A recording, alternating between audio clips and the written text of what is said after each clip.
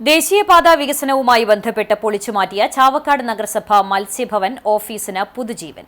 ആധുനിക സജ്ജീകരണങ്ങളോടെ പണിത പുതിയ കെട്ടിടം ഫിഷറീസ് സാംസ്കാരിക യോജനാകാര്യ വകുപ്പ് മന്ത്രി സജി ചെറിയാൻ ഓൺലൈനായി ഉദ്ഘാടനം ചെയ്തു. മത്സ്യത്തൊഴിലാളികൾ തങ്ങളുടെ തൊഴിൽപരമായ ആവശ്യങ്ങൾക്കായി ഏറ്റവുമധികം ആശ്രയിക്കുന്ന സർക്കാർ ഓഫീസാണ് മത്സ്യഭവനെന്ന് മന്ത്രി പറഞ്ഞു. മത്സ്യഭവൻ പൊളിച്ചുമാറ്റിയതോടെ മത്സ്യത്തൊഴിലാളി സുഹൃത്തുക്കൾ നേരിട്ട ബുദ്ധിമുട്ടിനാണ് ശാശ്വത പരിഹാരമായത്.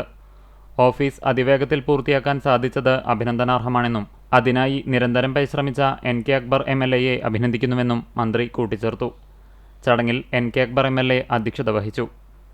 MLAയുടെ ആസ്തി വികസന ഫണ്ടിൽ നിന്നും 50 ലക്ഷം രൂപ ചെലവഴിച്ചാണ് കെട്ടിടം പുനർനിർമ്മിച്ചത്. മത്സ്യഭവനിൽ ഫിഷറീസ് വകുപ്പിൻ്റെ പ്രാദേശിക ഓഫീസും മത്സ്യഫെഡിൻ്റെ പ്രൊജക്ട് ഓഫീസും മത്സ്യബോർഡിൻ്റെ ഓഫീസും സാഫ് തുടങ്ങിയ അനുബന്ധ സ്ഥാപനങ്ങളുടെ ഓഫീസുകളും ഉണ്ടായിരിക്കും.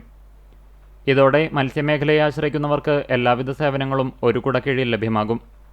മത്സ്യഭവൻ യാഥാർത്ഥ്യമായതോടെ ഗുരുവായൂർ നിയോജകമണ്ഡലത്തിലെ തീരദേശ മത്സ്യഗ്രാമങ്ങളായ ബ്ലാങ്ങാട്, മണത്തല, കടപ്പുറം, എടക്കഴിയൂർ, മന്നലാംകുന്ന് എന്നിവിടങ്ങളിലെ മത്സ്യത്തൊഴിലാളികൾക്കും മത്സ്യ കർഷകർക്കും അനുബന്ധ തൊഴിലാളികൾക്കും ചാവക്കാട്, കുന്നംകുളം താലൂക്കുകളിലെ ഉൾനാടൻ മത്സ്യത്തൊഴിലാളികൾക്കും അവരുടെ പലവിധങ്ങളായ ആവശ്യങ്ങൾക്കായി ഓഫീസിനെ ആശ്രയിക്കാം.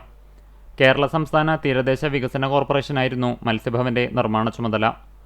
ചടങ്ങിൽ KSCADC regional manager C. Ashiq Babu report അവതരണം നടത്തി.